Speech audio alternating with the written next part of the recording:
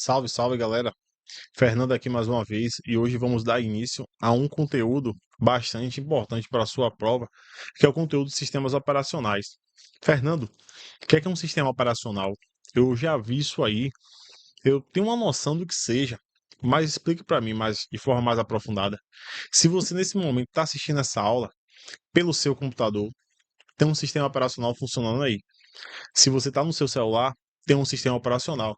Se você está no tablet, tem um sistema operacional. Ou seja, o sistema operacional ele vai permitir com que você, nesse momento, esteja assistindo essa aula, seja lá de onde você estiver. Então, vamos aqui trazer algumas definições para vocês.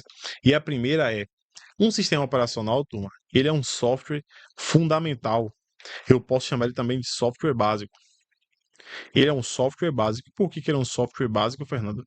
Porque nada funciona em um dispositivo se você não tiver um sistema operacional. O sistema operacional, ele seja talvez, eu posso até dizer assim que com toda a propriedade, que o sistema operacional ele é o software mais importante do seu dispositivo. Porque não adianta você ter um computador legal, um celular top, um tablet também bem interessante, bem caro, se você não tiver um sistema operacional. E por quê, Fernanda? Porque ele vai fazer uma coisa básica. Você é um ser humano, você não utiliza a linguagem de máquina. Você não faz linguagem de máquina. E a máquina ela não fala a linguagem do ser humano. Então é necessário que alguém faça, ó, essa comunicação, essa o quê? Essa interação entre o usuário e máquina. Então a função do sistema operacional, por ser um software básico, é literalmente conectar esses dois elos, que é o que? O usuário e conectar a máquina. E quando eu falo máquina aqui, turma, vamos lembrar da parte física do dispositivo que é o hardware. É esse cara que é a nossa máquina, é o hardware. Hardware é a parte física. Hardware é aquilo que você toca. Hardware é aquilo que você chuta, pode até brincar assim, né? Então a função do sistema operacional é fazer a comunicação entre você, que é o usuário, e a máquina. Você, usuário que usa uma linguagem de alto nível, com a máquina que utiliza uma linguagem de baixo nível. Beleza? Então, essa é a função principal dele. E a outra seria o quê? Ele está aqui para gerenciar, controlar os recursos de hardware e software do computador. Então, é ele que vai dizer o quanto de memória cada processo vai utilizar, é ele que vai fazer, ele que vai explicar como é que os arquivos irão ficar organizados por meio dos seus sistemas de arquivo. Então, tudo que funciona, todo o funcionamento do seu dispositivo é de responsabilidade do sistema operacional. Por isso que ele é um software mais importante, ele é o software mais importante do seu dispositivo. E aí, turma, me permitam passar aqui os slides, que eu quero trazer aqui alguns exemplos de sistemas operacionais. Para computadores de mesa, né, desktop, nós temos alguns bastante conhecidos. Nós temos aqui o sistema operacional o Windows, que está aí representado pelo seu símbolo. Nós temos o Windows. Nós temos um sistema operacional também bastante conhecido que vamos estudar na próxima aula, que é o Linux. O que é que esses caras têm de diferente, Fernando? Linux, ele é um software chamado de software proprietário. Desculpa, o Windows ele é software proprietário, enquanto o Linux é o que a gente chama de software livre. Basicamente, faça uma associação aí, turma, com a receita. Pensa num bolo aí. Imagine que o bolo é o software, é o sistema operacional. A receita, a receita é o que a gente chama de código-fonte. Se você come o bolo e você tem acesso à receita, significa que a receita ela é aberta, significa que a receita é acessível. O Linux é aquele bolo que você experimenta e você consegue ver a receita. Beleza? Então ele é o software livre. O Windows é aquele bolo que você experimenta e você não tem acesso à receita. Então ele é o que a gente chama de software proprietário. Beleza? Então, código-fonte que é a receita aberto, software livre. Código-fonte fechado, software proprietário. Beleza? Nós temos também aqui o sistema macOS, né? Que é o da Apple. Nós temos o sistema operacional da Mac também aí. Para celulares, nós temos alguns conhecidos. Nós temos o sistema Android. E nós temos também aqui o sistema iOS, bastante utilizado aí. E nós temos também um que ele nem existe mais, mas vale a pena falar, que é o Windows Phone. Horrível. Lançaram aqui, salvo engano, no ano de 2012, 2013. Eram os celulares da Nokia que tinha esse Windows Phone, que era um sistema operacional baseado no sistema da Windows. Né? Eles tinham acabado de lançar o Windows 8 e eles lançaram esse sistema operacional para dispositivo móvel. Horrível, muito ruim de mexer, travava muito, muito pesado. E nós temos aqui os sistemas operacionais primitivos, foram os primeiros a serem criados. Nós temos aqui o MS-DOS, MS-DOS, e nós temos aqui, turma, o sistema Unix. Nada se cria, tudo se copia. Esse MS-DOS aqui, galera, foi o que deu origem ao Windows, né? Ao sistema operacional Windows, enquanto o Unix aqui, o próprio nome é muito semelhante a um sistema operacional que você conhece, que é o Linux. E o macOS também pegou esse código-fonte aí. Então você vê que ele meio que bebeu da fonte do outro, né? Foram utilizando o código-fonte e fazendo melhorias aí nesses sistemas. Tranquilo? Eu quero trazer também aqui, turma, algumas características que vocês podem encontrar aí para os sistemas operacionais. Primeira característica é preempção. Fernando, o que significa ser preemptivo? O que é isso? Pessoal, preempção tem a ver com você está direcionando os recursos do computador em função de um outro. Então, por exemplo, abri 2 programas no meu computador. Na hora que eu abro esses programas, programa A e programa B. Esse programa A aqui, galera, ele utiliza muito mais de memória do que o programa B. O que é que o meu sistema operacional vai fazer? Ele direciona a memória que estaria utilizando para o sistema B em função do A. Isso que chama preempção. É por isso que às vezes, quando você está lá com o seu computador um pouco mais fraquinho, você executa um programa que ele utiliza muito mais memória, o seu computador às vezes começa a ficar lento ou travar. Porque é isso que o sistema operacional faz. É você estar interrompendo um processo em desfavor de outro, literalmente. A maioria dos sistemas operacionais que vocês vão encontrar, eu vou falar que eles são multi. O que é multi, Fernando? Multitarefa e multiusuário.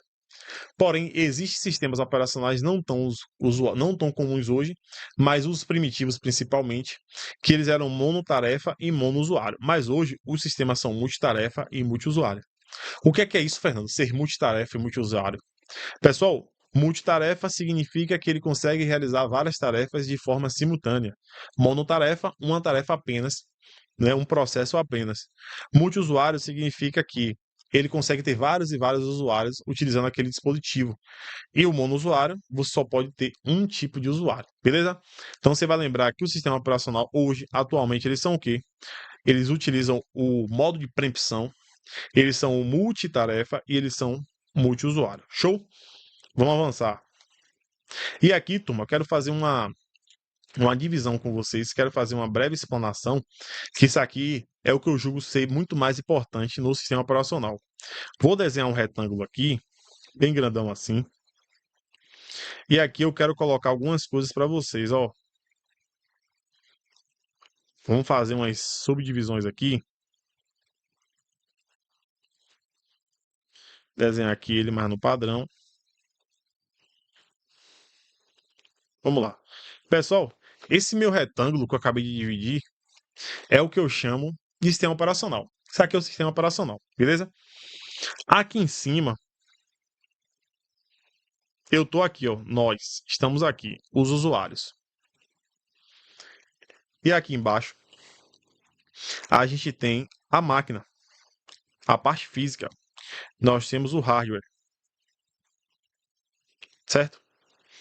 Então tá aqui, ó, sistema operacional em preto. Nós temos aqui o hardware e nós temos o usuário. Lembra que eu falei? Qual a função do sistema operacional? Conectar o usuário ao hardware, fazer a ligação do usuário com o hardware. Mas observe que essa ligação ela não acontece diretamente. Vão ter camadas. A primeira camada aqui, turma, é a minha interface.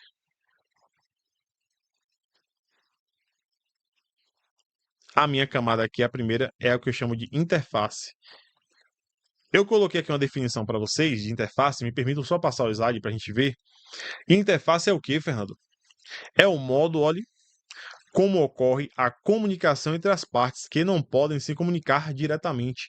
Ou seja, quem são as partes que elas não podem se comunicar diretamente, Fernando? É o meu hardware e o meu usuário. Existem dois tipos de interface: a interface por linha de comando e a interface gráfica. Se agora você está assistindo essa aula por meio do seu sistema operacional Windows no seu computador ou Linux, tanto faz. Se você está vendo cores, se você está me vendo, se você está vendo elementos gráficos, se a sua forma, se a sua interface ela é intuitiva, você mexe aí no mouse, você vê tudo direitinho aparecendo, você está com a interface que eu chamo de interface gráfica, beleza? Então a interface gráfica ela é baseada em elementos visuais. Ela é baseada em elementos visuais. Mas as interfaces, turma, antigas, as primeiras interfaces a serem criadas, elas não eram baseadas em elementos visuais. As primeiras interfaces, para que você fizesse, era necessário que você usasse comandos de texto. Então você tinha que digitar lá tal palavra, então cria uma pasta. Você não pegava o mouse, terceiro botão, nova pasta, não era assim. Você tinha que botar o comando, beleza? Então as linhas de comando são baseadas no quê? Em comandos de texto. Comandos de texto. Beleza?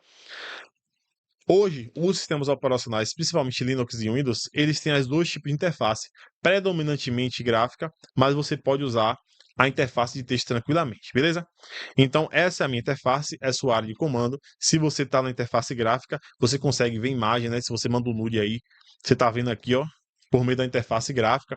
Né? Agora, se você não vê imagem nenhuma, é só comando, aquela tela preta com um monte de númerozinho, com um monte de palavrazinha, eu estou na linha de comando.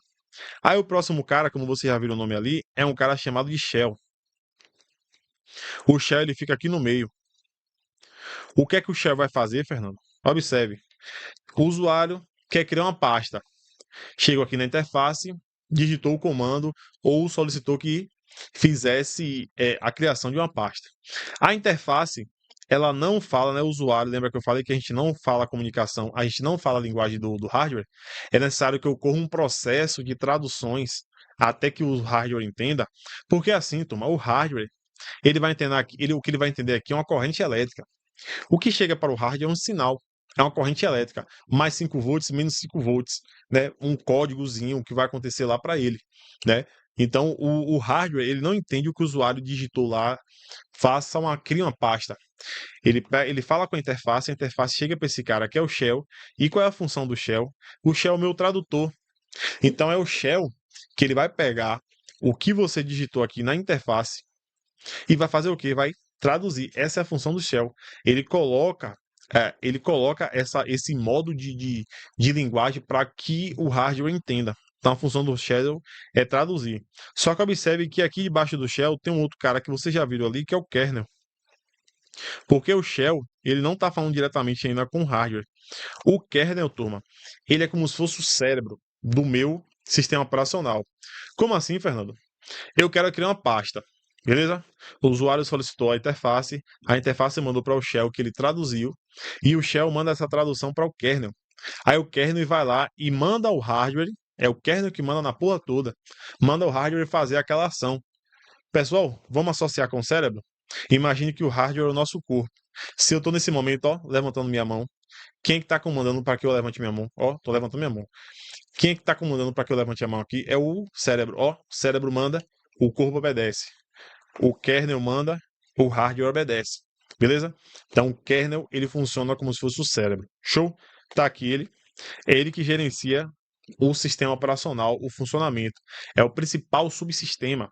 Esse kernel ele pode ser chamado de núcleo também, viu? Núcleo. Núcleo pode ser chamado de cerne. São palavras aí que vocês podem estar encontrando nas provas. Beleza? Galera, vamos voltar aqui. Observe que aqui está faltando um cara, né? Eu falei da interface, do shell, do kernel, mas tem um espaçozinho. Quem é esses espaços aqui, Fernando? São os aplicativos e subsistemas.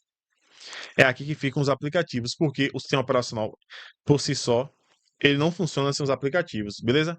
Então tá aí, turma, a divisão do meu sistema operacional. E eu quero trazer aqui algumas questões de prova para vocês. A primeira, ela fala que o sistema operacional é um conjunto de programas que interfacia o hardware com o software. Um componente desse sistema que gerencia todos os recursos computacionais é denominado de gabarito letra B, é o nosso kernel. Kernel é o nosso núcleo, kernel é o nosso cerne, kernel que manda na porra toda. Beleza? Próxima questão. O sistema operacional Linux possui diversos componentes importantes para o seu funcionamento. Por exemplo, como o Shell, que é responsável por... Ele está falando do Shell. O Shell, o que é mesmo, galera? É o nosso tradutor. Vamos procurar a alternativa que fala disso? Letra A. Gerencia todos os recursos do sistema e controla dispositivos. Isso não é função do Shell. Isso aí está mais associado ao kernel. Letra B. Interpretar os dados ou comandos realizados entre o usuário e o sistema. É o nosso gabarito aqui, ó, bravo. Letra C. Permitir que os aplicativos dos usuários sejam executados. Isso é função do sistema operacional.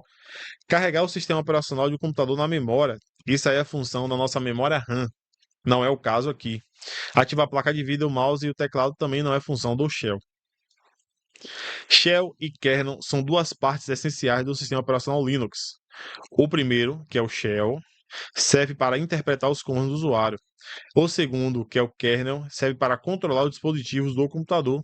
Gabarito certo, a gente viu que o Shell é o tradutor e o kernel é o cara responsável por mandar na porra toda. É o nosso cérebro. No sistema operacional do tipo monotarefa, o que é monotarefa, Fernando? Uma tarefa por vez. As aplicações são executadas de maneira simultânea, ou seja, o tempo de processamento é dividido entre outras aplicações em execução. Negativo. Na monotarefa é só uma aplicação. Ele falou aqui que são divididas entre várias aplicações. Então, o gabarito aqui é errado. Errou! Sistema operacional multiusuário. O que é o multiusuário, Fernando? Mais de um usuário. Permite que diversos usuários utilizem simultaneamente os recursos de um computador monotarefa. Gabarito errado. Os usuários podem utilizar, Fernando, o recurso do computador? Pode. Agora, simultaneamente, também não. É um usuário por vez. Então, o gabarito aqui está errado. Beleza? Espero que vocês tenham curtido essa aula aí, galera. Espero que vocês tenham gostado e entendido. Valeu, tamo junto e até a próxima aula.